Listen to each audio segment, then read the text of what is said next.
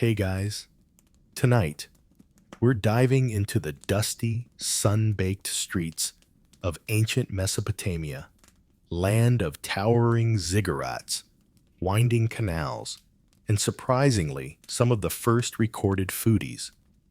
You can almost smell the mingling aromas, freshly baked flatbreads, roasted onions, dates stewing in syrup, and a faint trace of, well, let's just say you probably wouldn't survive the hygiene standards. People are bustling about clay pots, balanced on their shoulders, market stalls, overflowing with lentils, barley, and the occasional salted fish. And here you are, weaving your way through it all, eyes wide, stomach rumbling. So before you get comfortable, take a moment to like the video and subscribe, but only if you genuinely enjoy what I do here. And let me know, down in the comments, where are you watching from tonight, and what time is it for you? Now dim the lights, maybe turn on a fan for that soft background hum, and let's ease into tonight's journey together. You pause at a spice vendor's stall, watching as he measures out pinches of cumin and coriander into little cloth bundles, each tied with string. The air shimmers with heat rising off the clay rooftops, and you swear you can hear the sizzle of something frying in sesame oil somewhere nearby. A donkey brays, a child giggles, and an elderly woman leans over a battered table, grinding a pile of garlic with a stone pestle. It's easy to forget that long before celebrity chefs and Instagram-worthy plating people were already obsessing over food. Here in the cradle of civilization, between the Tigris and Euphrates rivers, cooking wasn't just about survival. It was ritual. It was power. It was art. And tucked away in temple archives and palace libraries are clay tablets that prove it. But don't get ahead of yourself just yet. For now, you wander the market soaking in the textures and sounds. The bread seller calls out, waving a stack of flat, round loaves, still warm from the oven. A boy offers you a skewer of something grilled mutton, maybe, or possibly something more mysterious. Historians still debate exactly which meats were street food staples and which were reserved for grand feasts. You sniff the skewer politely and move on. As the sun dips lower, casting long shadows across the mud brick walls, you find yourself drawn toward a towering ziggurat looming at the city's center. This massive temple isn't just a place of worship, it's the beating heart of civic life. And yes, hidden inside the kitchens, work tirelessly to feed both the gods and the privileged few allowed to dine in their presence. But we'll peek into those kitchens soon enough. Right now, the streets are filling with evening chatter. You notice a group gathered around a storyteller who's recounting a tale of Gilgamesh's adventures. Children mimic the hero's gestures, pretending to battle lions in the fading light. A pot of something aromatic simmers over a fire nearby, bubbling softly. Someone tosses in a bundle of herbs. Maybe it's coriander. Maybe it's wild fenugreek. Suddenly, a gust of wind carries a swirl of dust and the faint melody of a reed flute. You realize that beneath the grit and noise lies an intricate web of daily routines, each thread tied to food harvesting, trading, cooking, eating, offering. Even the very word for bread appears in more contracts and prayers than any other term in the Sumerian lexicon. Bread was currency. Bread was covenant. Bread was life. And as you meander through these streets, something else becomes clear. This isn't just any market day. Preparations are underway for a festival, judging by the extra crates of dates the piles of sesame seeds, the fattened geese being plucked in an alley. An old man balances a woven basket of eggs on his head, muttering about needing more honey. Children dart between stalls, with sticky fingers sneaking bites of candied figs. You pause again, by the spice vendor, who's now mixing something into a small pot. A blend of sesame oil, garlic coriander, and what smells suspiciously like leeks. He grins at you, offering a taste on the tip of his knife. You try it. It's tangy, earthy, oddly familiar. Somewhere between a salad dressing and a marinade, but deliciously bold. And here's the kicker. Historians have uncovered similar flavor profiles on ancient tablets, suggesting Mesopotamian palates weren't that different from ours. As twilight deepens, lanterns flicker to life. The market thins. Somewhere distant, a temple bell chimes. You trail after a procession of singers carrying trays of food toward the ziggurat. Their songs rise above the rooftops, mingling with the scents of roasting lamb and stewing lentils. The night has settled in, wrapping the city in a blanket of warmth and possibility. And as you watch the final loaf carried inside the temple doors, you can't help but wonder, what stories do those walls hold?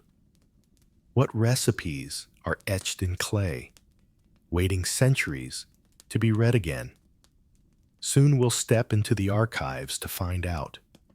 But for now, the night belongs to the stars, the songs, and the soft crackle of coals under simmering pots. You follow the singers until the temple doors swing shut behind them, leaving only their echoing voices fading into the night. But you linger a little longer in the temple courtyard, gazing up at the massive structure.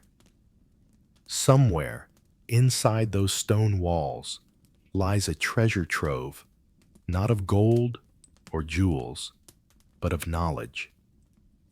Clay tablets, thousands of them, carefully inscribed with tiny wedge-shaped marks, are stacked in shelves and jars, each one telling a story. And tucked among those records of trade and taxes and treaties, recipes. Yes, recipes. The oldest cookbooks humanity has ever known are right here, pressed into clay nearly 4,000 years ago, waiting patiently beneath layers of dust. You step closer, imagining the scribes at work. Maybe it's late at night, a flickering oil lamp casting golden light over a clay tablet. A reed stylus dips into wet clay, scratching out instructions. Take the meat, add water, mix with fat and spices. Historians still argue whether these tablets were practical guides for chefs or more ceremonial records meant to immortalize temple feasts. Some believe they were designed for apprentice cooks to memorize, while others suggest they served as a kind of culinary bragging rights proof that your temple, your city, had mastered the finest cuisine. Either way, they reveal something profoundly human. Even at the dawn of written language, people wanted to pass down their favorite meals. You imagine holding one of those tablets in your hands. It's warm from the sun, heavier than it looks, the cuneiform marks surprisingly delicate beneath your fingertips. The recipes are sparse, more like poetic hints than exact formulas. No measurements, no temperatures, no cooking times, just ingredients, actions, and an assumption that you'll figure out the rest. Meat is cooked with water. You add garlic, you crush leek, you add oil. That's the entire recipe. Not exactly Food Network level instructions, but somehow it feels intimate, like a whispered tip from one cook to another.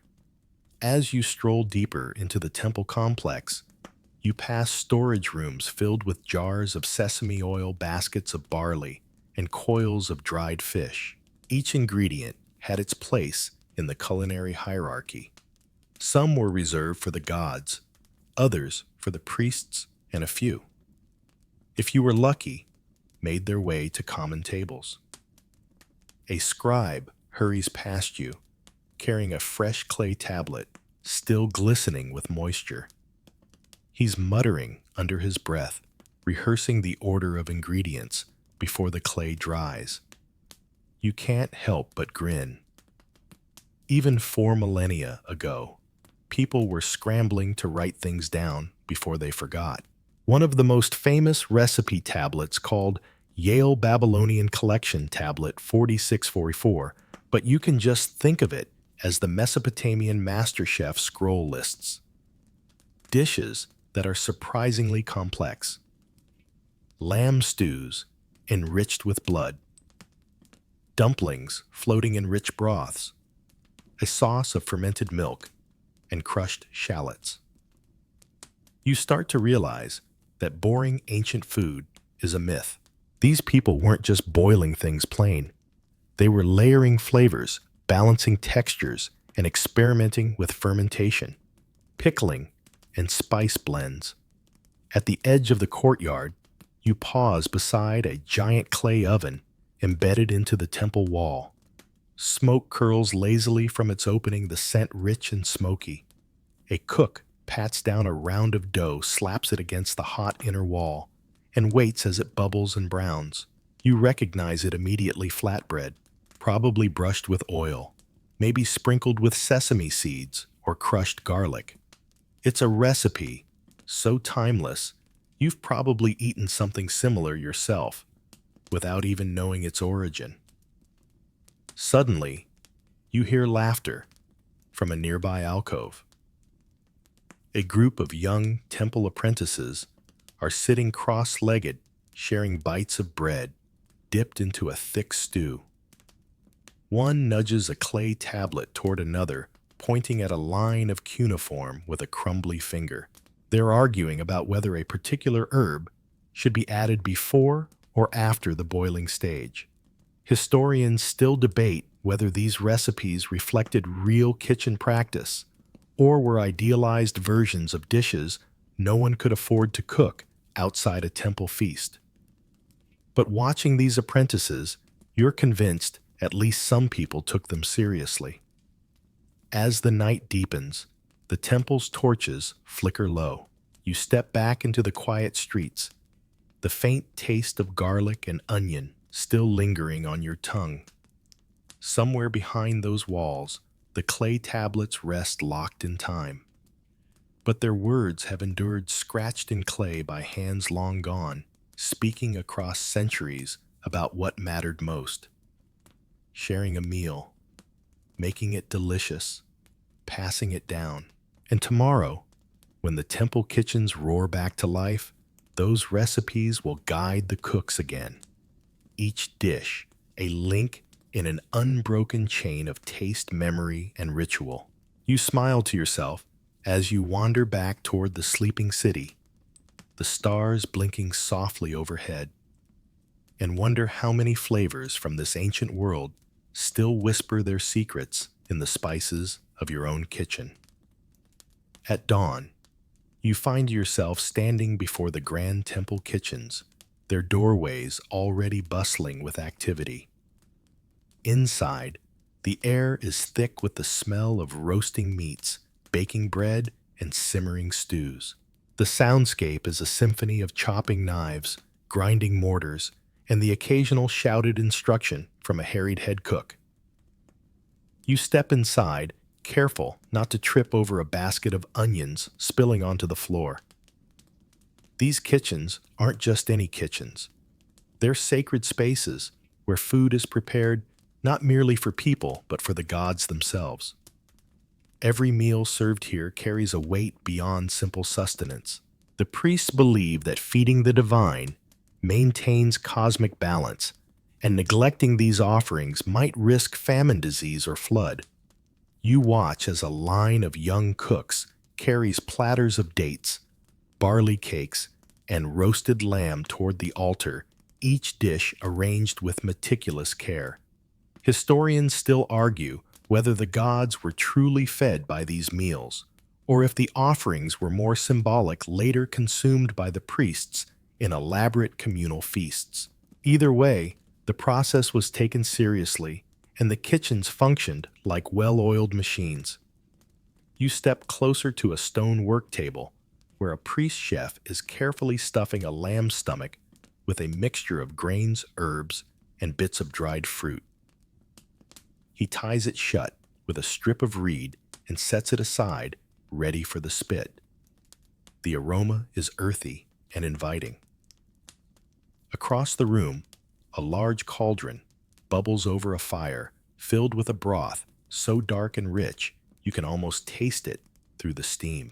One apprentice ladles some into a smaller pot, adding chopped leeks and garlic, then a spoonful of mysterious reddish spice. You lean in, trying to identify it.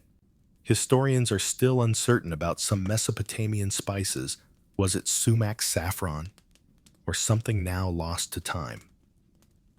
The recipes mention kusuru and samidu, but matching those words to modern equivalents is an ongoing scholarly puzzle. A stack of clay tablets rests near the doorway, some smeared with grease, others bearing neat lines of cuneiform.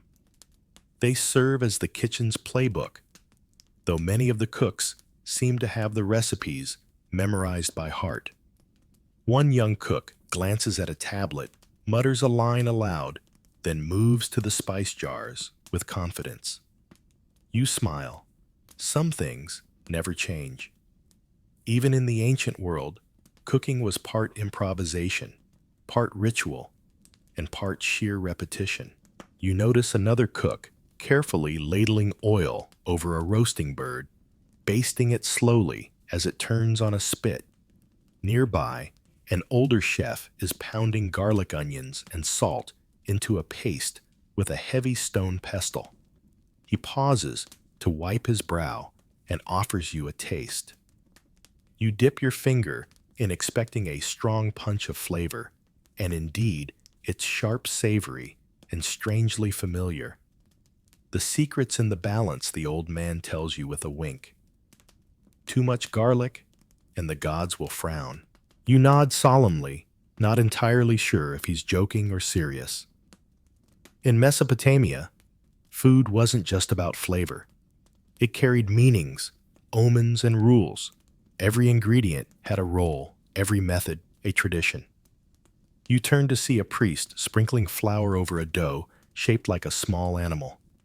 Part bread, part offering meant to be burned rather than eaten. The flour sifts down like soft snow, and for a moment, the kitchen grows quiet, all eyes on this delicate ritual. Then, as the bread enters the oven, the noise resumes, pots clanking, fires, crackling, voices rising in cheerful argument over spice ratios. There's an unexpected warmth in this place. Despite the pressure, despite the hierarchy of temple life, the cooks seem proud, even joyful. They know their craft sustains both body and spirit, human and divine. You watch as a young apprentice sneaks a pinch of dates from a platter, earning a playful swat from his supervisor. Later, as trays are carried out toward the altars, you glimpse a moment of tenderness. A cook quietly setting aside a small bowl of stew for an elderly priest, too frail to join the feast. Even amid rituals, humanity peeks through. Stepping back outside, you inhale deeply, filling your lungs with the mingled scents of smoke spices and roasted meat. The sun has risen fully now, casting sharp shadows across the temple walls. Somewhere, a rooster crows. The city is awake, and the gods, it seems, have been fed. But your journey's just beginning. Beyond the temple lie homes and markets, fields and rivers, and every bite taken there is part of a story stretching back to these kitchens.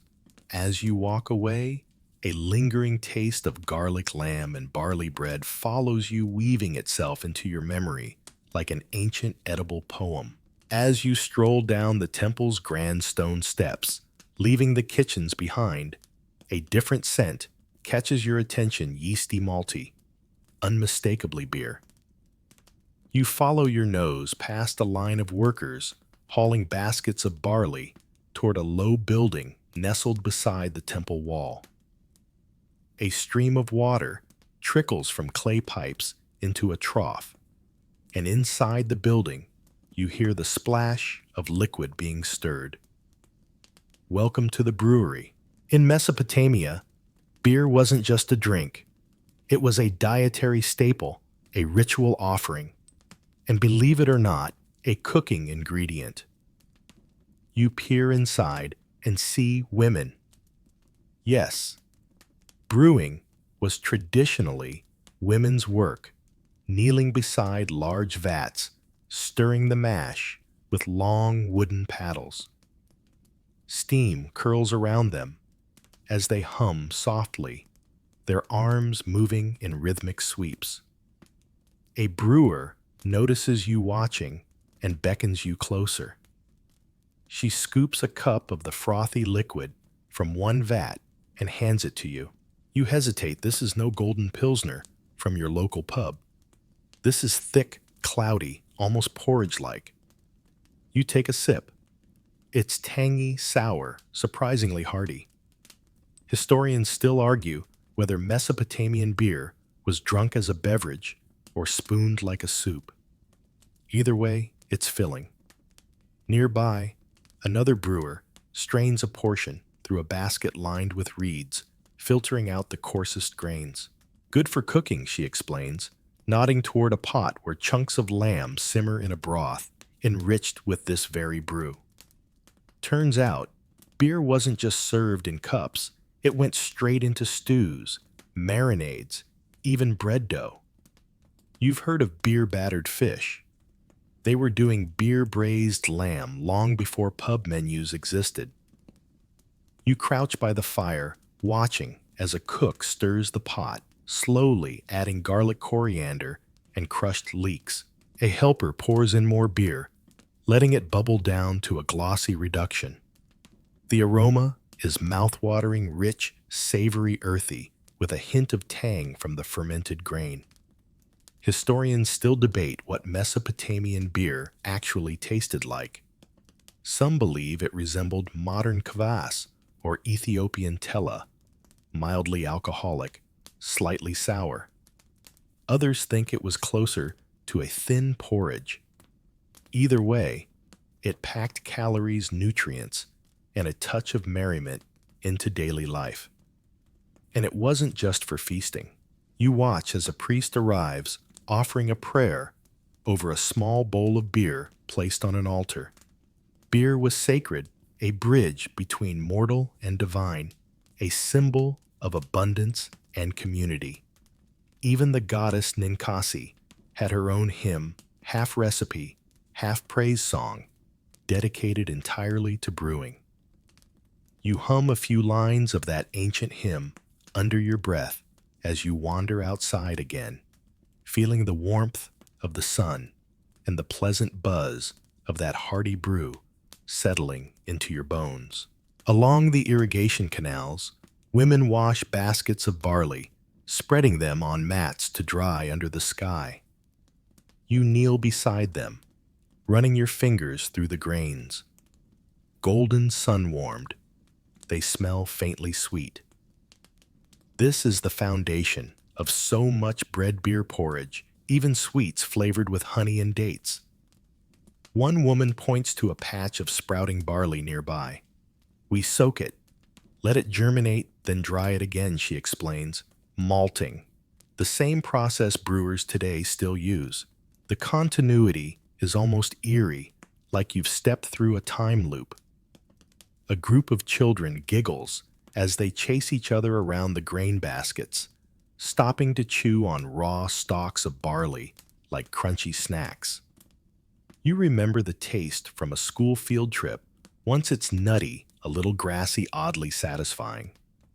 The children offer you a stalk, and you accept chewing alongside them as the breeze ripples through the field. Farther down the canal, you spot clay jars sunk into the earth, their tops sealed with mud. A man carefully pries one open, releasing a faintly sour aroma. Fermentation jars filled with beer aging quietly beneath the soil. He ladles out a sample, sniffs it thoughtfully, then reseals the jar. Not ready yet. Brewing like cooking was as much patience as process. As the sun climbs higher, the brewers take a break, gathering beneath a thatched shelter to share a midday meal. Flatbreads, onions, cucumbers, and cups of fresh beer. They invite you to sit. You accept gratefully, tearing off a piece of warm bread, dipping it into a small bowl of herbed yogurt, and sipping the cloudy beer between bites. It's a simple meal, yet deeply satisfying. You glance around at these faces laughing, eating, resting, and realize food and drink weren't just about survival here. They were about connection, celebration, storytelling. Every sip of beer, every bite of bread, linked people to the land, the gods, and each other. And as you finish your meal, leaning back against a sun-warmed wall, you wonder how many generations tasted the same flavors, shared the same laughter, told the same jokes. The recipes may be etched in clay, but the real cookbook is written in moments like this, gathered around a table, passing the bowl, savoring the day. After your meal, beneath the thatched roof, you wipe your hands on a strip of linen and stretch, feeling the weight of barley bread and beer settling comfortably in your belly. The brewers wave you off with smiles as you make your way back toward the heart of the city, following the smell of smoke and baking dough. Soon, you arrive at a courtyard dominated by a large dome-shaped oven. A tanner, its clay walls radiating heat even from a distance. A group of women works in practiced harmony around it, patting out discs of dough, slapping them onto the oven's hot interior walls, and pulling them off, moments later, blistered and golden. The scent is irresistible, nutty warm, a little smoky. You inch closer, hypnotized by the rhythm. One of the women hands you a fresh round of bread, still steaming in your palm. You take a bite. It's soft inside, crisp at the edges, with a faint tang from the fermenting starter they knead into the dough each morning. Historians still argue whether Mesopotamian bread relied on wild yeasts or deliberate fermentation starters, but either way, the result is timeless, a humble miracle of flour, water, and heat. A child nearby shapes a lump of dough into a crude animal figure, a little lion maybe, or a bull. His mother laughs, placing it gently in the oven alongside the grown-up loaves. Later, it will be burned as a small offering, a gesture of thanks or hope. Bread wasn't just food here. It was symbol sacrifice, sustenance, and art. You watch as a woman sprinkles her dough with sesame seeds, then drizzles a swirl of honey before baking. Another tucks dried dates into hers, creating a chewy, naturally sweet flatbread. Variations like these would later echo through the cuisines of Persia, Greece, and beyond. Every culture that touched Mesopotamia carried away a crumb. Beside the oven, a pot of lentil stew simmers over coals, its surface shimmering with droplets of oil. A cook stirs it slowly, adding a pinch of salt, then a handful of chopped coriander. You dip a piece of your flatbread into the pot, tasting the earthy, comforting blend. It's simple, but it speaks of long days, shared hearths, and survival. Historians still debate how widespread certain ingredients were. Did common folk really have access to garlic, or was it reserved for the temple kitchens? Were spices like cumin traded in tiny luxuries or sold by the sack in bustling markets? Every archaeological dig offers clues, yet the full menu of daily life remains tantalizingly incomplete. A man nearby is preparing kispu, a kind of ritual meal to honor ancestors. He arranges small loaves, dried figs, dates, and a bowl of beer on a tray, muttering prayers as he sets each item in place. For the ones who came before, he says, softly glancing toward the sunset. You sit quietly watching the sky turn from gold to dusky pink. The ovens glow, flickering brighter as evening approaches. Another cook pulls out a clay pot, revealing onions and garlic roasted whole in their skins, their fragrance sweet and mellow. She presses a clove between her fingers, spreading the soft paste onto a scrap of bread and offering it to you. It melts on your tongue deeply, savory, earthy, a taste that feels both ancient and familiar. Children chase each other around the courtyard, giggling, stealing bits of cooled bread when they think no one's watching. An old man sharpens a knife on a stone, humming a tune that drifts lazily through the warm air. Somewhere, a rooster crows, perhaps confused by the fading light, or perhaps simply content to add his voice to the evening chorus. A woman tosses a handful of water onto the oven's exterior, watching it hiss and evaporate into steam. She grins at you. Keeps the clay strong, she explains, patting the side affectionately. This oven has likely fed her family for generations, its heat a steady pulse in a world of change. And you wonder how many meals have been baked here, how many hands have shaped dough against these same warm walls. The bread you ate today is part of a lineage stretching back centuries, each loaf an echo of the last. Even as empires rose and fell, the oven remained. The last loaves are pulled from the oven as darkness settles. The courtyard quiets. Families carry their bread home, wrapping it in cloth, tucking it into baskets. The oven's fire dies down to embers, still warm, still waiting. You stand for a moment longer, feeling the heat seep into your skin, the aroma lingering in your hair and clothes. Tomorrow, the fire will return. Tomorrow, more dough will rise. But tonight, the oven rests, and so do you, carried by the memory of bread baked into the very foundation of civilization. As the stars emerge, scattered like tiny lamps across the Mesopotamian sky, you find yourself drawn away from the quiet oven, following a faint trail of music and laughter toward the palace grounds. There, in a courtyard lined with torches, the royal cooks are preparing something altogether more ambitious, a banquet for the king himself.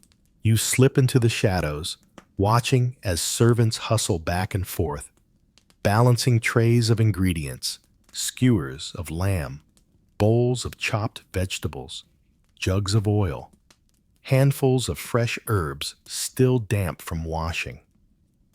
The palace kitchens are a different world from the humble bread ovens and temple fires.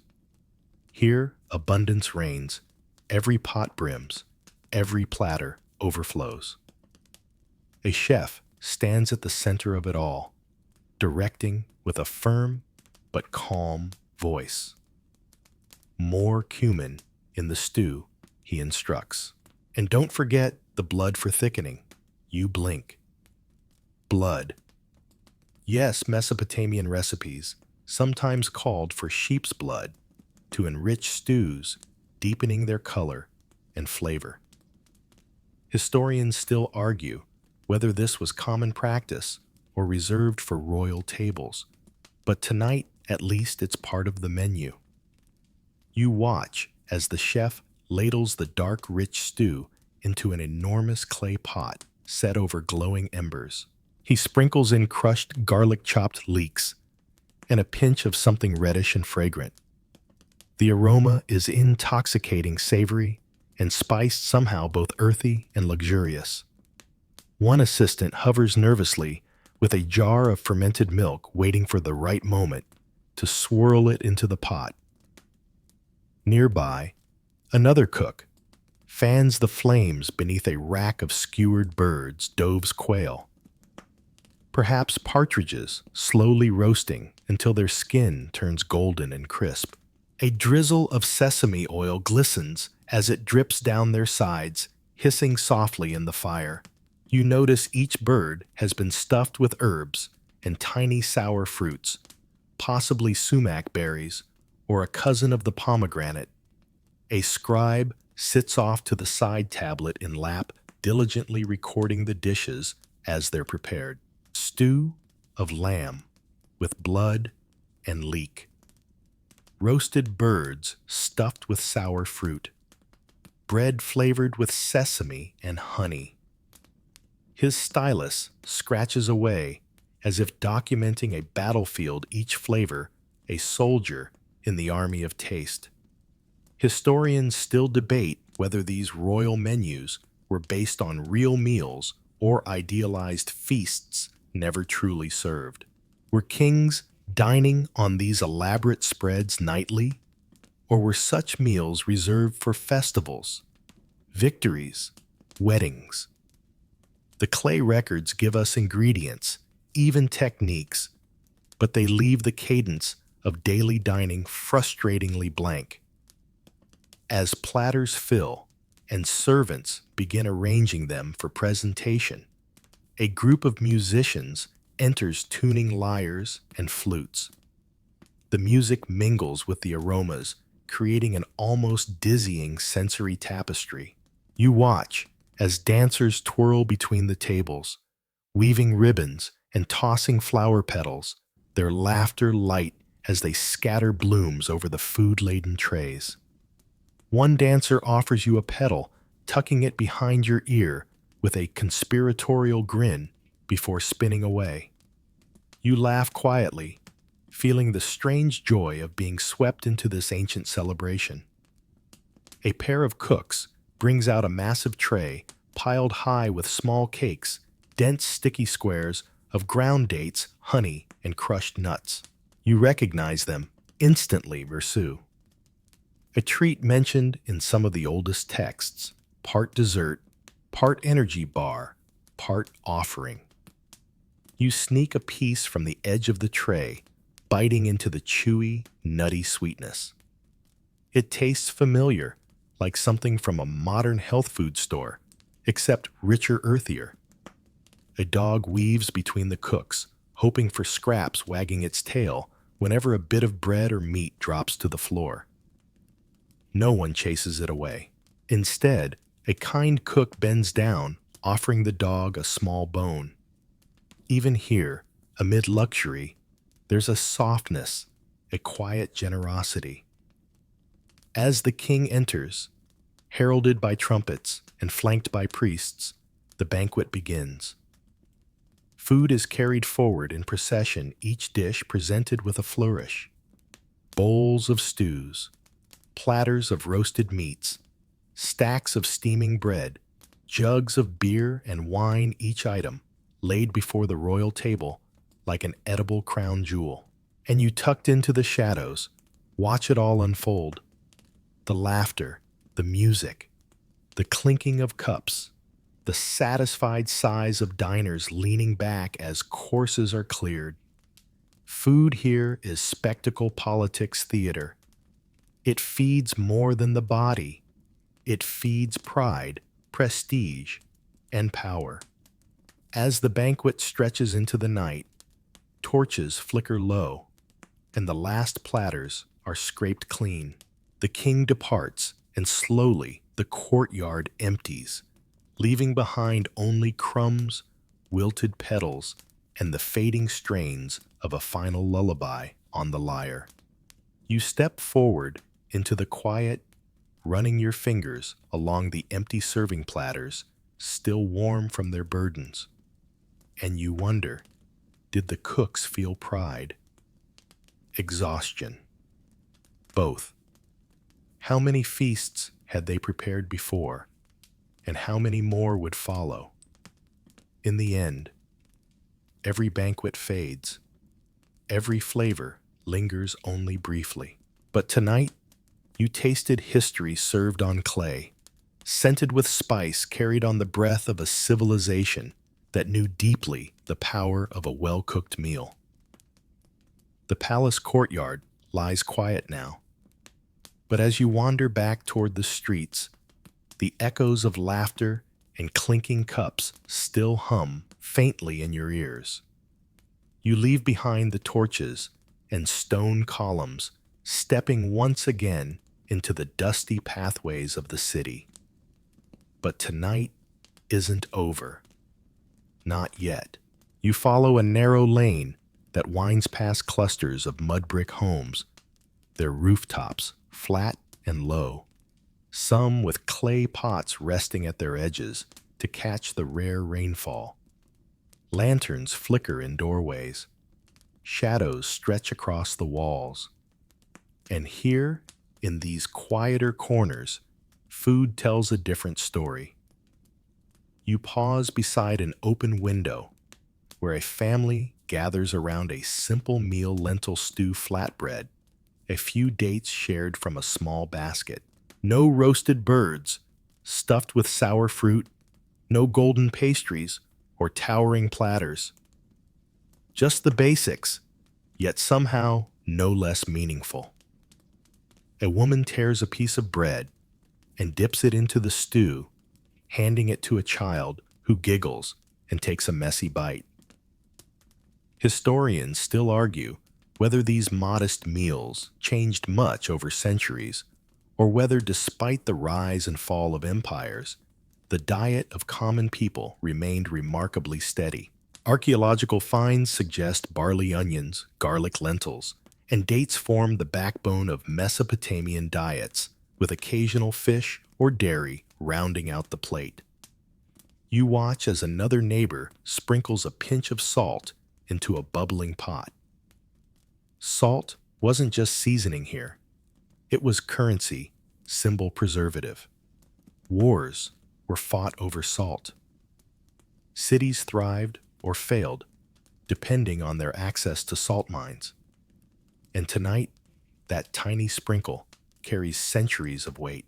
A man sits cross-legged in a doorway, meticulously cleaning a bundle of fish pulled from the river that morning. His knife moves with practiced ease, scales flicking into a clay bowl at his feet. He gestures for you to come closer, then holds up a fish proudly. "Good catch today," he says, grinning. He's planning to salt and dry them shikyu, so they'll last through leaner days. You wonder how many generations have stood exactly where he stands, making the same preparations using the same knife passed down like a family heirloom. A little further down the lane, you spot a pot resting on 3 stones over a small fire. The smell is sharp, savory, unfamiliar. You ask what's cooking. An elderly woman smiles and lifts the lid to show you chopped onions and garlic stewing in beer, thickened with barley flour into a porridge-like dish. "Good for the belly," she explains, tapping her stomach. You nod, recognizing this instinctive medicine passed from kitchen to kitchen, long before apothecaries and pharmacies formalized the art. Historians still debate which recipes were meant for pleasure and which were medicinal, especially in a culture where the boundary between food and healing was fluid. Every ingredient carried symbolic and practical weight. Garlic to strengthen, dates to sweeten, beer to fortify. You sit beside her as she stirs the fire's warmth, brushing your face. Overhead, the stars glitter even brighter, the Milky Way, a pale river across the sky. Somewhere a dog barks, somewhere else a baby cries, then quiets with a lullaby, hummed softly in the dark. The woman ladles a scoop of her stew into a clay bowl and hands it to you. You taste it carefully. It's rich, humble, comforting, a dish born of necessity, but elevated by care. You close your eyes, savoring the warmth spreading from your tongue down to your chest. Behind you, a group of neighbors gathers, sharing jokes and quiet conversation as they finish their evening meals. A young boy shows off a carved wooden toy, spinning it between his palms. A man tells a story about a stubborn ox that wouldn't plow straight. Laughter ripples through the group, easy and unforced. You realize, as you sit among them, that food here isn't just sustenance or ceremony. It's glue. It binds households, friendships, generations.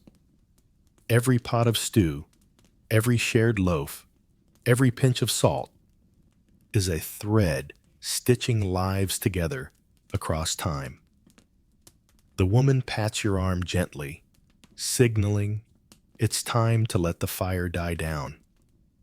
She scatters the last coals with a stick, sending tiny sparks into the night air. One by one, the neighbors return to their homes, doors closing softly behind them. The lane empties, leaving only the faint smell of wood smoke and onions hanging in the cool breeze. You stand, brushing dust from your clothes, and begin walking again, feeling a deep, quiet peace settle into your bones. Tonight, you've tasted the humble side of Mesopotamian cuisine, not the feasts of kings, but the food that carried ordinary people through ordinary days. And somehow, that simplicity feels more enduring, more timeless. Long after palaces crumble and temples fall, someone somewhere will still stir onions and garlic in a clay pot, offering warmth to those they love. The night deepens as you walk along the edge of the city, tracing the path of a canal shimmering beneath the moonlight. You hear frogs croaking water, lapping gently against clay banks and floating from somewhere unseen. The rhythmic clack of a millstone grinding grain.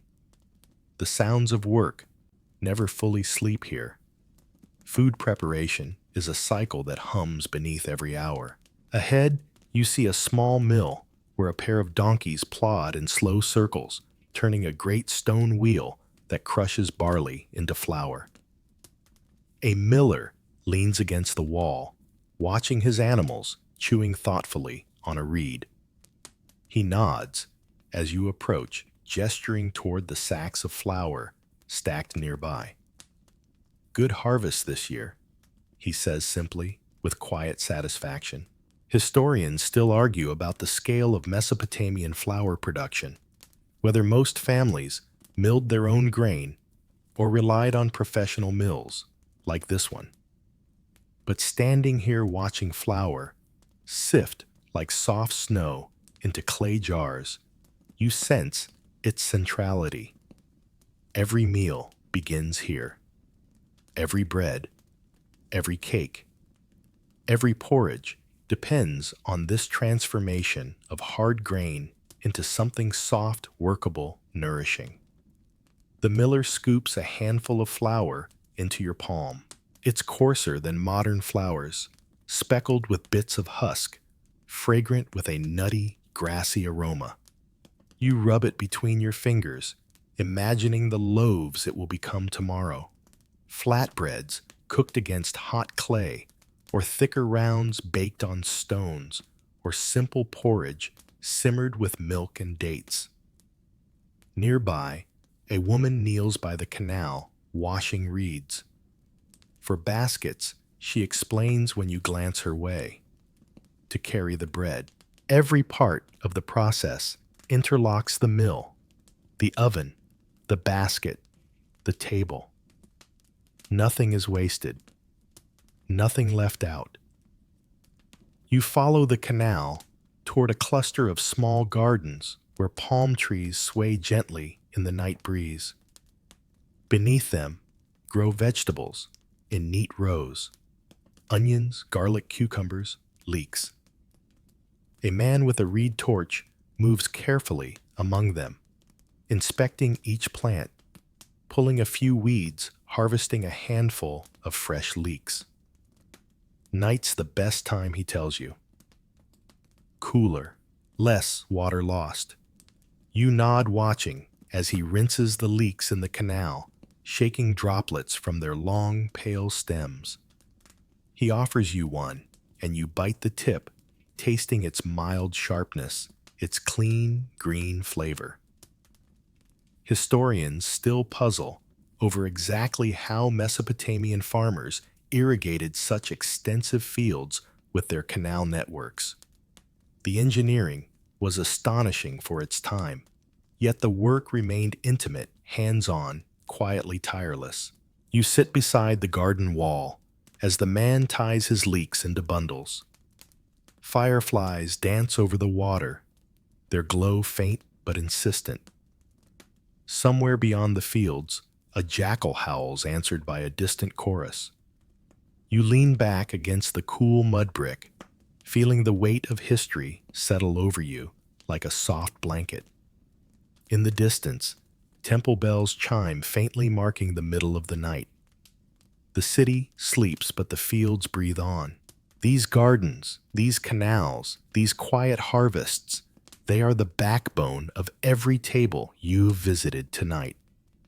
Without them, no bread, no beer, no stew. The man hoists his basket and disappears down the path, leaving you alone beneath the palms. The breeze picks up, rustling the fronds above.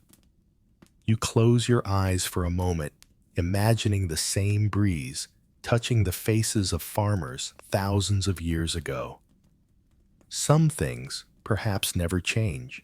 When you rise again, the canal glistens under the moon, the city lights twinkling in the distance. You follow the water's curve, back toward the houses, thinking of the journey each ingredient has made from field to mill to kitchen to table. Every bite is a story. Every flavor a small victory over hunger, a celebration of the earth's gifts. As you walk, you pass another courtyard where a family has set out bowls of dates and nuts for a late-night snack. They invite you to join them, offering a handful of dates sticky with honey. You accept, savoring the rich, chewy sweetness, the faint crunch of a stray pit. A child leans against you sleepily, her fingers sticky with honey, her eyelids fluttering. Her mother laughs softly, scooping her up and carrying her inside. The door closes gently, leaving you beneath the stars once more. And as you taste the last date licking honey from your lips, you wonder how many quiet nights like this have played out across centuries. Simple food, shared company, the comfort of a full belly beneath an ancient sky. Tomorrow, the work will begin again. The planting, the grinding, the baking, the stewing. But for now, the night holds still, wrapped in warmth and quiet, flavored with memory and moonlight. By the time you find your way back toward the heart of the city, the faint glow of pre-dawn light is starting to creep along the eastern horizon. The streets are quiet again, the night's echoes fading into stillness. But as you round a corner, you catch the low murmur of voices, the scrape of stone, and the rhythmic pounding of something heavy. You follow the sound to a workshop tucked beneath an overhang where a group of men and women work by the flicker of oil lamps. They're grinding spices, cardamom, coriander, cumin, and an unfamiliar dark seed that smells almost citrusy. Mortars and pestles thump steadily, releasing fragrant clouds into the air. The mingled aromas swirl around you, earthy and warm, clinging to your hair and skin. A young man offers you a whiff of a small clay jar. You inhale deeply.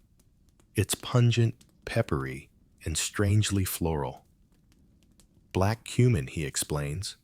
Very precious. You nod, savoring the scent. Historians still argue over which spices ancient Mesopotamians had regular access to. Some trade records suggest cinnamon and cloves arrived from distant lands, but were they everyday seasonings or rare luxuries?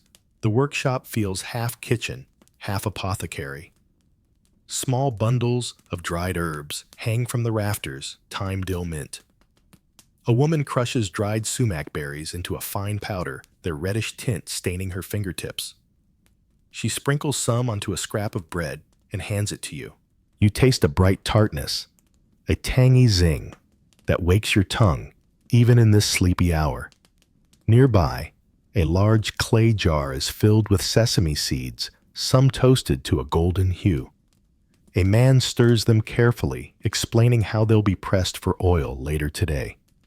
He offers you a pinch, and you taste the nutty crunch, simple yet deeply satisfying. You think back to the cooks drizzling sesame oil over roasting birds, to the bakers brushing it onto bread. Every flavor you've encountered seems to trace back here to these jars, these mortars, these steady hands grinding spice into story.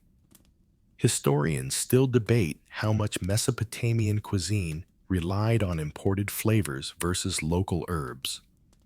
Was coriander native or traded? Were their peppercorns the same as ours? Each excavated spice jar sparks fresh questions, each cuneiform inscription, another tantalizing clue. But standing here among the grinders and sifters, you sense that flavor itself was a bridge between regions, between classes, between sacred and ordinary. A child dozes in the corner, curled atop a sack of dried onions, her hair dusted with stray flecks of coriander seed. Her mother strokes her cheek gently before returning to the pestle, never missing a beat. You marvel at the continuity of it all. The child will grow up, learning these same scents, these same motions, these same recipes. As the lamps begin to flicker low, replaced by the first shafts of dawn, filtering through the doorway, the workers gather their spices into small clay jars and woven baskets. They tie lids with twine, stack them neatly, ready for the day's trading and cooking. One man hefts a basket onto his shoulder and grins at you. Breakfast waits for no one, he jokes, disappearing into the awakening city. You follow the group back into the streets, watching as stalls begin to open. Vendors setting out bowls of lentils, baskets of dried fruit, coils of fresh fish laid atop cool reeds. The city hums back to life, and everywhere you look, food is being prepared. A woman kneading dough beside her door. A man slicing dates into a clay bowl. A boy fanning a small fire beneath a pot of porridge. Everywhere, the day unfolds in acts of cooking, quiet, deliberate, essential. And you realize the spices you watched, ground in the night, will soon perfume stews, breads, sauces, transforming simple ingredients into layered, storied meals. A vendor calls out, waving you over to sample his wares. Tiny honey cakes, dusted with crushed sesame, warm from a stone plate. You take one, biting into the tender crumb, tasting sweetness balanced by the earthy richness of the sesame. It's a humble treat, yet it carries centuries of craft of hands learning which flavors sing together best. As the sun climbs, the market fills with noise and color. Sellers hawk fresh leeks, cucumbers, herbs tied in bunches. Children dart between baskets, snatching fruits when they think no one sees. A man wrestles a large clay jar onto a cart, calling for help as he nearly topples under its weight. And through it all, the scent of cooking drifts upward. Bread baking onions, frying stews, simmering. You pause for a long moment, taking it all in. This is a city built on food, not just for survival, but for connection, ritual memory. Every spice ground in the dark hours whispers a promise that today, like yesterday, and like countless days before, someone will gather at a table, tear a piece of bread, pass a bowl, and taste the comfort of belonging. And as you step back into the flow of the market, you carry those flavors with you, woven into your senses like invisible threads, tying you to this ancient, ever-living kitchen. The market's clamor swells around you to voices overlapping in a lively chorus of trade. You weave through stalls stacked with clay jars, heaps of dried legumes, bundles of garlic, and leeks tied with reeds. The air hums with bargaining laughter, the occasional sharp dispute over the price of onions. Ahead, you spot a cluster of fishmongers spreading their morning catch across mats by the canal's edge. Silvery scales glint under the rising sun. Catfish, carp, and strange, long-snouted fish you don't recognize lie nestled in damp reeds. A man sprinkles salt over a fresh pile, rubbing it into the flesh with his bare hands. Keeps it from spoiling, he explains, glancing up with a smile. Historians still argue whether Mesopotamian city dwellers ate fish daily or reserved it for special meals. Some records suggest fish was a common protein. Others hint it was a luxury for inland cities. Standing here watching the swift rhythm of cleaning, gutting, salting, it feels both everyday and precious, an ingredient tied to both abundance and effort. A woman nearby unwraps a leaf bundle to reveal preserved fish, dark and leathery, fragrant, with age and brine. She slices off a sliver, lays it on a scrap of bread, and hands it to you. You chew thoughtfully, salty, pungent, oddly satisfying, a flavor that lingers sharp, but not unpleasant, like the memory of ocean air. You follow her as she joins other vendors carrying baskets toward the temple kitchens. Even here in the bustling market, the temple's influence radiates. Much of the fish, grains, and produce sold today will find their way into offerings, feasts, and communal meals. As the procession passes, you catch sight of a man tending an outdoor clay oven, baking kuputu, small, thick loaves shaped into tight spirals. He pries one free with a stick, steam rising as he cracks it open to reveal a tender crumb. For soaking up stew, he tells you proudly, handing you a warm spiral. You tear off a piece, dipping it into a bowl of lentil mash he offers. The bread soaks up the earthy, spiced puree, filling your mouth with warmth and comfort. Historians still debate the precise recipes behind Mesopotamian bread types. Tablets list dozens of names, Eshkiru, Lubashu, Kuputu, but matching them to modern equivalents is an ongoing puzzle. Were some leavened, baked flat, or thick, enriched with milk or oil? You chew thoughtfully, tasting a history written in flour and fire. Nearby, an elderly woman sits cross-legged beside a table, selling tiny clay bowls filled with something dark and sticky. You lean closer. Date syrup, she explains, stirring it with a reed stick. She offers you a taste on the end of the stick. Sweetness blooms across your tongue, rich and molasses-like, layered with hints of caramel and sun.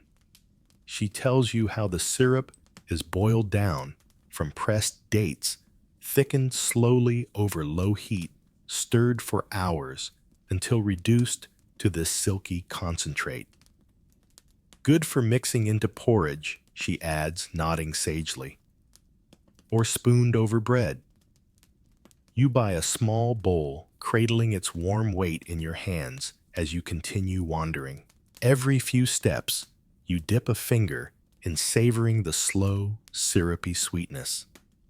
It feels like a secret indulgence, a quiet luxury tucked into the noisy heart of the city.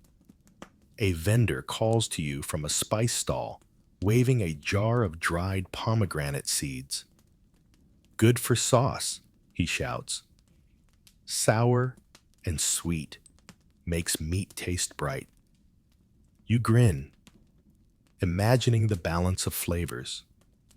The tang of pomegranate, the depth of dates, the warmth of garlic, the bite of leeks. These were not bland stews of survival. These were layered, thoughtful meals crafted with intention. Historians still argue whether Mesopotamian cuisine was simple by modern standards or surprisingly sophisticated. Looking around at the sheer diversity of ingredients, the practiced skill of vendors and cooks, the reverence for both flavor and ritual, you feel certain this was no primitive kitchen. It was a culinary laboratory, a crossroads of taste and trade. As the sun climbs higher, casting sharp shadows beneath woven canopies, you pause by a stall selling fresh herbs, mint, dill, coriander. The vendor crushes a sprig of mint between his palms, holding it up for you to smell. The bright, clean scent clears your head, cools the warmth of the syrup, still lingering on your tongue. Good for stews, for pickles, for medicine, he says, tucking a bundle into your basket. You thank him, imagining each herb finding its way into simmering pots, sprinkled onto breads, brewed into teas for aches and fevers. And as you step back into the thrumming current of the market, you marvel at the invisible web connecting every stall, every basket, every flavor. The miller, the baker, the brewer, the fisher, the spice grinder, all parts of a living recipe. Each hand adding its measure. Each voice seasoning the story. Every bite tonight and every bite thousands of years ago was born from this symphony of effort. And as the smells, sights, and sounds envelop you once more, you realize the meal is never just the food. It's the market, the hands, the shared breath of a city cooking itself awake. As the market's energy swirls around you, you find yourself drawn toward the temple once more. Not the grand kitchens or inner sanctums this time, but a smaller, quieter courtyard tucked beside the main complex. Here, the focus is neither feast nor trade, but something older, more mysterious, a ritual meal. You pause at the threshold, watching as priests and priestesses gather around a low stone altar, their movements deliberate, their voices soft. On the altar sit small bowls of dates, loaves of bread shaped into animal figures, and a clay vessel filled with beer. A faint plume of incense curls into the morning air, its scent sweet and smoky. A priest sprinkles flour over the bread, figures murmuring words you can't quite catch. Then he lifts one loaf, holding it toward the rising sun, before placing it gently into a clay oven built beside the altar. You realize, with a quiet awe, this bread is not meant for human mouths. It's an offering, a symbolic meal to feed the gods. Historians still debate how literally these offerings were understood. Did worshippers believe the gods consumed the food's essence? Or were the meals gestures, tokens of devotion? Some tablets describe offerings that were later eaten by temple staff, while others suggest certain foods were burned completely, given wholly to the divine. You watch as a priestess drizzles date syrup over a loaf before tucking it into the oven. Another pours a small libation of beer onto the altar stone, letting it trickle down the carved grooves. The air is filled with quiet reverence, a solemn recognition of food's power to bridge mortal and divine. Nearby, a scribe carefully inscribes a clay tablet recording the day's offerings. Quantities of barley, measures of beer, weights of dates. Every item accounted for, every ritual codified in cuneiform. You lean over his shoulder, marveling at the tiny wedge-shaped marks pressed into soft clay. Each one a recipe, a record, a sacred grocery list immortalized in stone. A young boy approaches the altar, carrying a woven basket filled with small loaves. He hesitates at the edge, glancing nervously toward the priests. One of them beckons him forward gently. The boy steps closer, placing the basket at the altar's foot, then retreats with wide eyes and a shy smile. You wonder how many generations have performed these same gestures: baking, offering, recording each meal, a prayer, each ingredient, a promise. Bread, beer, dates, onions, the holy staples of a holy meal. Historians still debate why certain foods were favored in ritual. Why no pork? Why so many onions? Why were some breads shaped like birds, others like cattle? Each answer sparks another question, another layer of mystery baked into the very bread itself. As the ceremony winds down, the priests gather the remaining offerings and carry them inside, leaving the altar cleared, swept clean, ready for the next ritual. A final waft of incense lingers in the courtyard, blending with the warm scent of baked bread still clinging to the air. You step forward, brushing your hand over the altar's smooth stone surface, feeling the faint grooves where centuries of offerings have passed. There's a quiet gravity here, a sense that food was never just sustenance, it was story, symbol, bridge, blessing. As you leave the courtyard, the city stretches awake beyond the temple walls. Vendors shout their wares. Bakers slap fresh dough against hot clay. Fishermen haul their nets from the canals. The sacred and the mundane blur together, each bite a quiet echo of the divine meal you've just witnessed. And you wonder, does every meal carry a whisper of ritual? Even your simple breakfast of bread and lentils, was it in some small way an offering too? You step back into the streets, the warmth of the rising sun on your face, the taste of incense and bread mingling softly on your tongue. Somewhere behind you, the oven's coals die down, the last curl of smoke fading into the blue. And the gods, you think with a sleepy smile, are fed for another day. As you walk away from the temple's quiet courtyard, The scents of incense and baked bread gradually give way to the earthy, familiar aroma of the city's lower quarters. Here, the air is thicker, warmer, carrying hints of clay-damp reeds and the faint tang of fermenting grain. You're headed toward a part of the city few visitors think to explore, the storerooms where food is prepared. Not for the gods, not for kings, but for the dead. You step through a narrow alley and into a cool, shadowed space lined with clay jars, woven baskets, and low shelves. A group of workers moves methodically, packing loaves of bread, dried dates, salted fish, and tiny bowls of oil into reed-wrapped bundles. Each bundle is labeled with a small clay tag pressed with cuneiform symbols. A woman glances up as you enter her hands, busy tying the mouth of a jar with twine.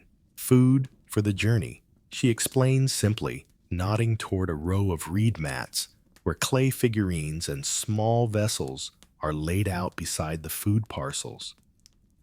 You realize she's preparing funerary provisions, meals meant to accompany the deceased into the afterlife.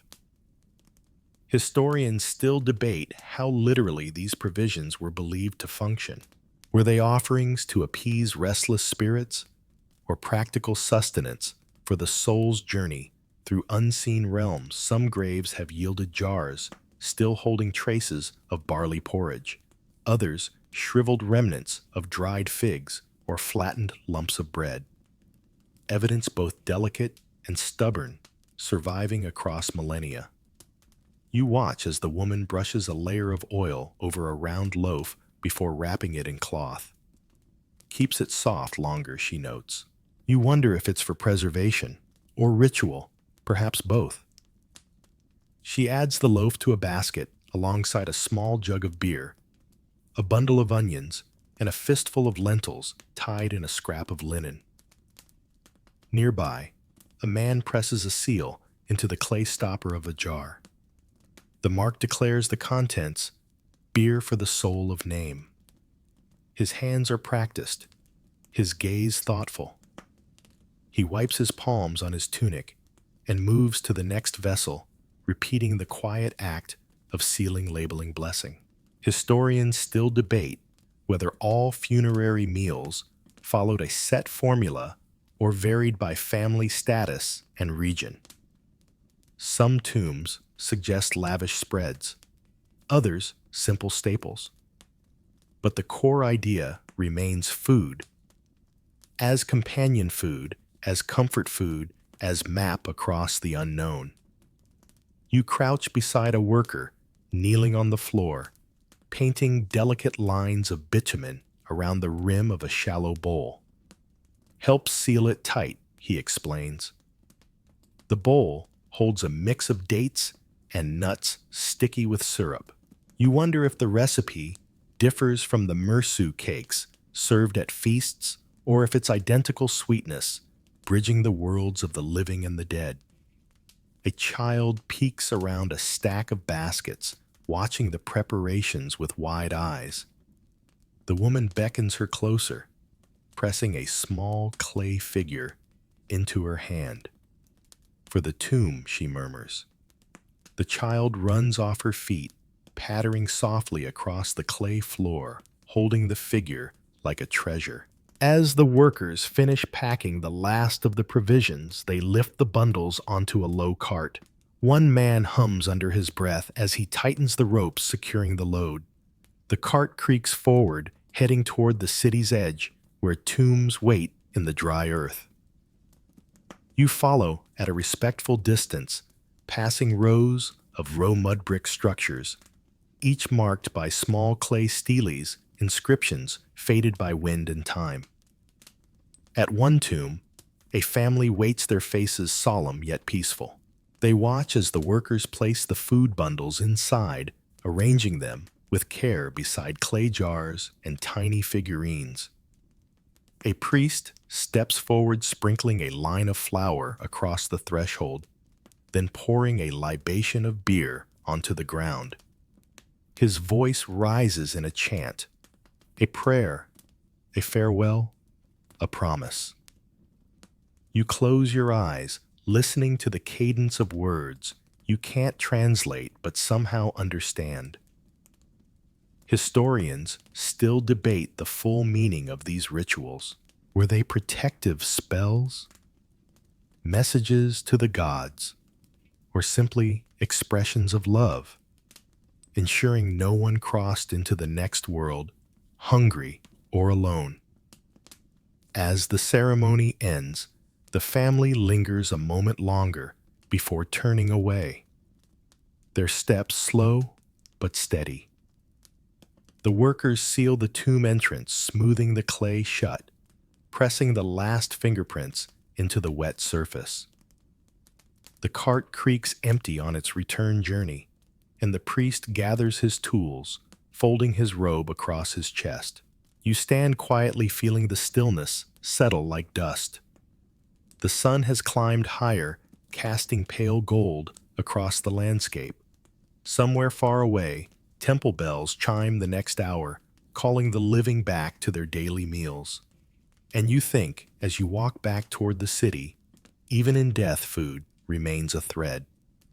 A final loaf, a last jar of beer, a simple stew, packed with care. Every meal holds a promise, across tables, across time, across the veil between worlds.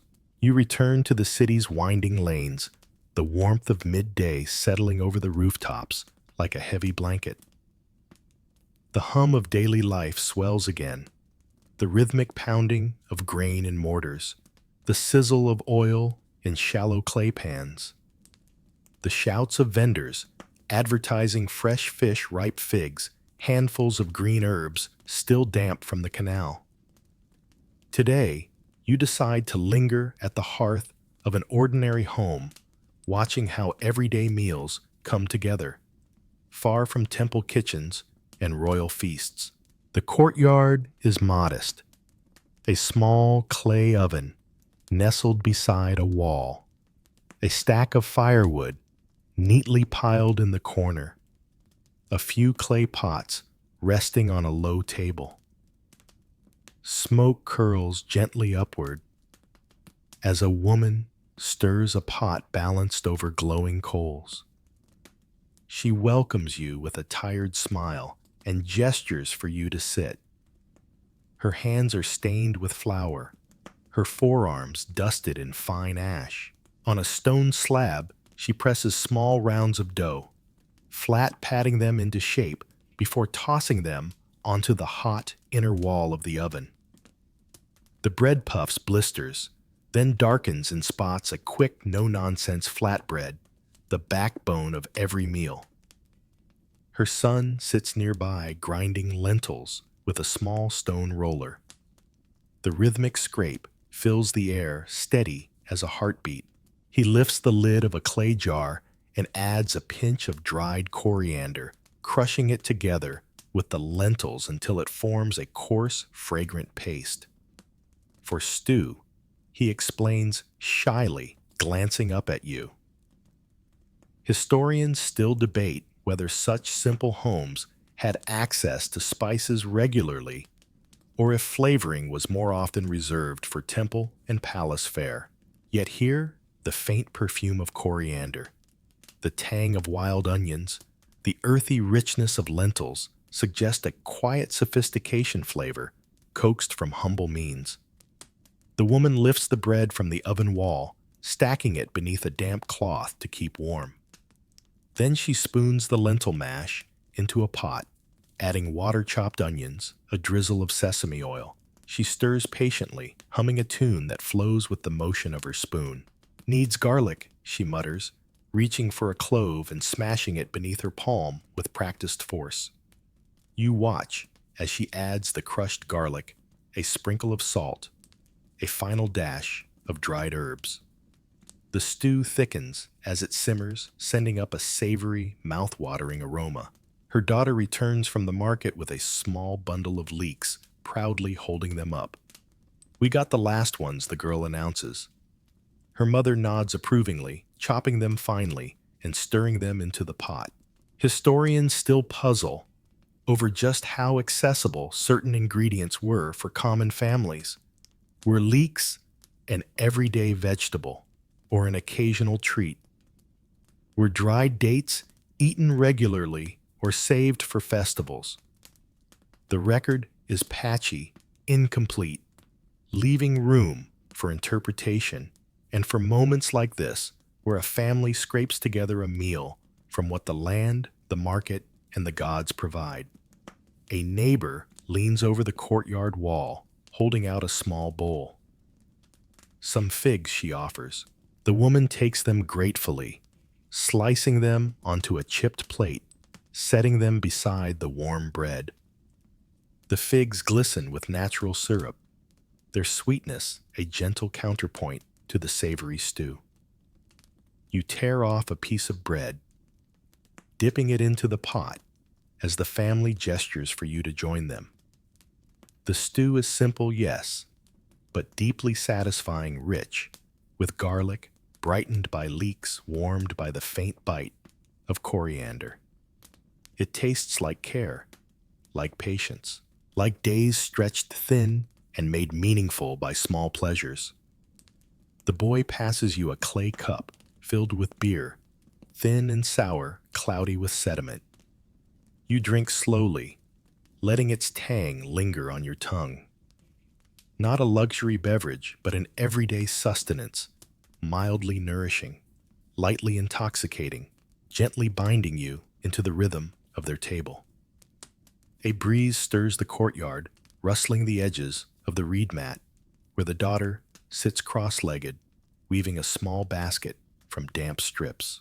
Her fingers move quickly, expertly, as if echoing the movements of the cooks around her.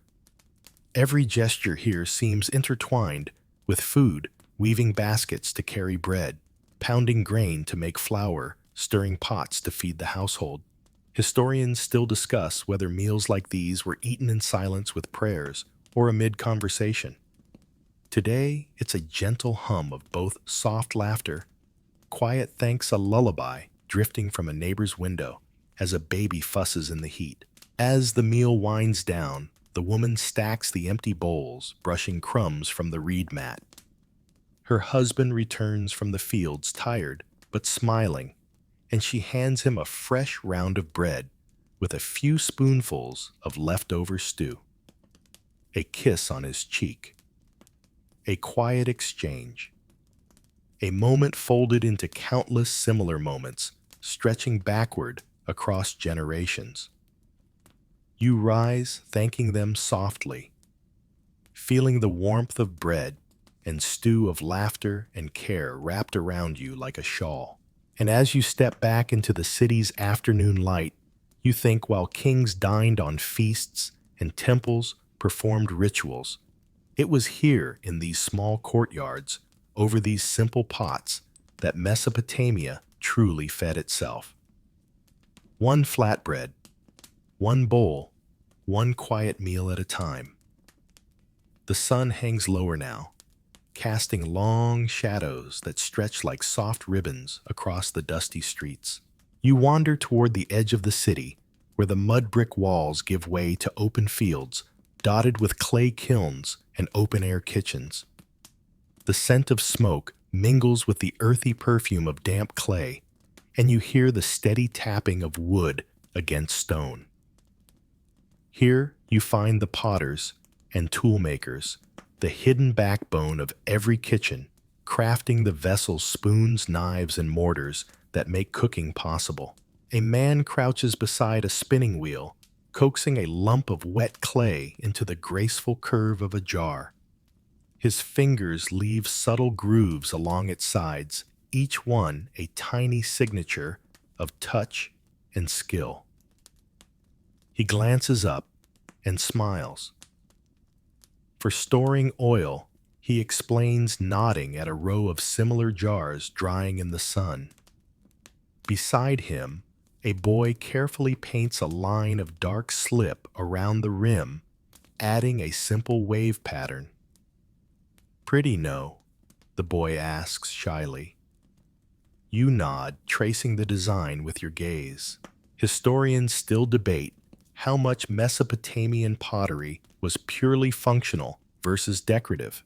Some pieces show intricate geometric designs, others plain as river silt. But every pot, every bowl, every plate tells a story, not just of craft, but of the meals they carried, the hands they passed through the lives they nourished. You walk further and find a group of women seated in a circle, repairing clay baking plates Sanu used for flatbreads. One woman heats a cracked plate, gently dabbing bitumen into the fissure to seal it. Still good for a few more loaves, she says proudly, holding it up to inspect. The frugality is admirable. Every vessel extended, every tool patched and passed along. A pile of worn-out pots rests near a kiln, waiting to be crushed into broken pottery ground and mixed into new clay to strengthen it. Nothing wasted. Even in failure, the shards are folded back into future meals. You pick up a fragment, its edge smooth from years of handling, and imagine the soups it once held, the bread it once cradled warm from the fire. Historians still puzzle over the exact shapes and uses of certain tools mentioned in cuneiform tablets. Was the Uridu buhur a ladle, a skimmer, or something stranger? Some kitchen implements remain mysteries, their names outlasting their forms. Yet here, in the clatter of clay and stone, you feel their legacy underfoot. Beyond the kilns, a man hammers a copper blade into sharper form, dipping it into water with a hiss of steam. His forge glows orange in the fading light. For slicing onions, he says with a grin, wiping sweat from his brow. A dull knife makes you cry twice as hard. You laugh softly at the old joke, timeless and true. Nearby, a woman sits stringing wooden beads onto a cord, pausing occasionally to stir a pot balanced over embers. She waves you over, lifting the lid to reveal boiled lentils, garlic onions, and a sprinkling of fresh coriander. Tools feed us just as much as food. She muses, ladling a small portion into a clay bowl for you. No pot, no meal. You sip slowly, the stew's warmth seeping into your chest, mingling with the quiet hum of work. Fires crackle softly. Clay jars cool in the evening air. Children chase each other between drying racks. Their laughter a counterpoint to the rhythmic scrape of potters' knives trimming excess clay. Historians still argue how standardized Mesopotamian kitchen tools really were. Did every household own a mortar and pestle? Did every oven follow the same design? Or were kitchens as varied as the people who stirred their pots? As twilight deepens, the potters stack their last pieces into the cooling kiln, sealing the door with clay and straw. Tomorrow, they'll open it again, revealing vessels baked hard by fire, ready to hold water, oil grains, stews, dreams. You stand at the edge of the field, watching smoke spiral into the darkening sky, feeling the gentle ache of a long day's journey settle into your bones. Every bite you tasted today passed through these hands, first shaped, fired, carried, repaired. And as the first stars wink overhead, you realize a meal isn't just food on a plate. It's the pot that holds it, the knife that slices it, the fire that cooks it, the table that bears its weight. A quiet collaboration of craft and care folding invisible hands into every mouthful. You step away slowly, leaving behind the kilns and forges the glow of embers fading into night. the faint echo of laughter and hammers chasing your steps back toward the sleeping city. The city has quieted again as you walk back through its narrow streets, lanterns flickering softly in doorways, the last embers of cooking fires glowing faintly beneath clay ovens. You pass shuttered stalls, stacked baskets, coils of rope left resting by the canal's edge. Somewhere in the distance, a lullaby drifts from a rooftop sung low and slow, rocking a baby, or perhaps the entire city toward sleep.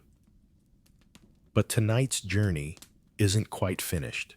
You find yourself drawn toward a final stop, a small garden nestled behind a cluster of homes, barely more than a patch of earth bordered by reeds and crumbling bricks. Moonlight silver washes the leaves of date palms, pomegranate shrubs, fig trees. Beneath them grow beds of onions, garlic leeks, herbs in tidy rows. A woman kneels by a clay basin, gently washing bunches of herbs under a trickling spout. She looks up and smiles, gesturing you closer. For tomorrow's stew, she explains, laying the clean herbs on a woven mat to dry. Always better when they've rested a night under the stars. Historians still debate whether small urban gardens like this were common in Mesopotamian cities or rarer luxuries. Some tablets list provisions from temple and palace plots. Others hint at modest household gardens supplementing market fare. But here, under the pale glow of the moon, the garden feels timeless, inevitable, a quiet heartbeat of sustenance tucked between the bricks. You kneel beside her, inhaling the green perfume of coriander, mint, dill.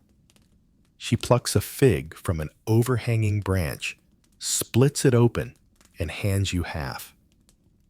The flesh is honeyed, velvety sweet in a way that seems impossible to describe without tasting. You savor it slowly, seeds crunching faintly between your teeth. At the edge of the garden, clay jars stand buried up to their rims, their contents cooling in the earth's embrace. The woman lifts a lid, revealing stored water, still cool despite the day's heat. The old way keeps it fresh, she says, filling a small cup and offering it to you. You sip gratefully, the water clean and soft on your tongue. A cat slips between the fig tree's roots, curling against the jars, eyes glinting briefly before blinking closed. Somewhere beyond the garden wall, a night bird calls once, then falls silent. The woman ties her herbs into neat bundles, stacking them beside a clay pot. Tomorrow's stew will taste better because of tonight's work, she muses, gathering her tools. Her words feel less like advice, more like a quiet truth that hums beneath the act of every cook patience transforms. Historians still ponder how much of Mesopotamian cooking was improvisation versus inherited ritual. Were recipes memorized or adapted? How much freedom did a cook have in seasoning, combining, altering, yet standing here beneath these trees, beside this simple garden? You sense an answer hidden in plain sight. Cooking was both art and inheritance. A conversation between land-seasoned hands and hope. As the woman finishes, she pats the earth around a young onion shoot, brushing her hands clean on her skirt. Everything feeds everything else, she says, softly rising to gather her bundles. Tomorrow, we eat what tonight prepares. You stand, feeling the quiet weight of that truth settle around you like the warmth of a well-worn cloak. Every pot stirred, every seed planted, every herb tied beneath the stars, forms a link in an unbroken chain, a meal that stretches backward and forward through time feeding not just hunger, but connection. She waves you good night, disappearing into her doorway with her basket. You linger in the garden a moment longer, tracing the edges of each plant with your gaze, hearing the faint rustle of leaves as the night breeze stirs them gently.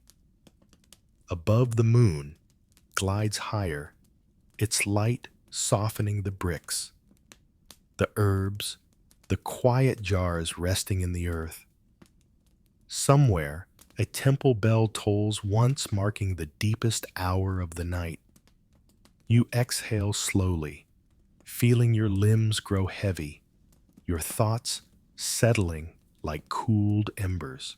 And as you step back into the still city, the garden's scents trailing behind you, you carry with you the flavors of an ancient world. The patience of lentils simmering slowly, the sharp brightness of leeks and garlic, the soft tang of beer, the warmth of flatbread shared beneath the stars. Each bite, a whisper, each meal, a story, and every story, an invitation to come closer, to listen, to remember. The streets are empty now, hushed beneath a sky scattered with silver light. You walk slowly, feeling the weight of history not as a burden, but as a gentle embrace. The last doors creak shut. The final lanterns wink out. Somewhere a soft snore floats from an open window, followed by the quiet sigh of someone turning in their sleep. You pause at a familiar corner, leaning against a cool stone wall, letting the evening's memories settle in layers across your mind. The smell of bread lingers faintly on your hands. The taste of lentils still hums on your tongue. The echo of distant drums, laughter, and the gentle scrape of a spoon against a pot hums beneath your skin. And as the breeze picks up, you close your eyes, imagining it, carrying whispers from across the centuries, kitchen gossip marketplace, chatter prayers muttered over boiling pots, songs hummed while grinding grain, all weaving together, flowing softly through time, curling gently around your ears like a lullaby. Let your breathing slow. Feel your body sink deeper into comfort. The world outside fades, replaced by warmth, by stories, by the quiet hum of a city that has long since gone to sleep. There's nothing more to do tonight, nothing to chase, nothing to fix, only rest.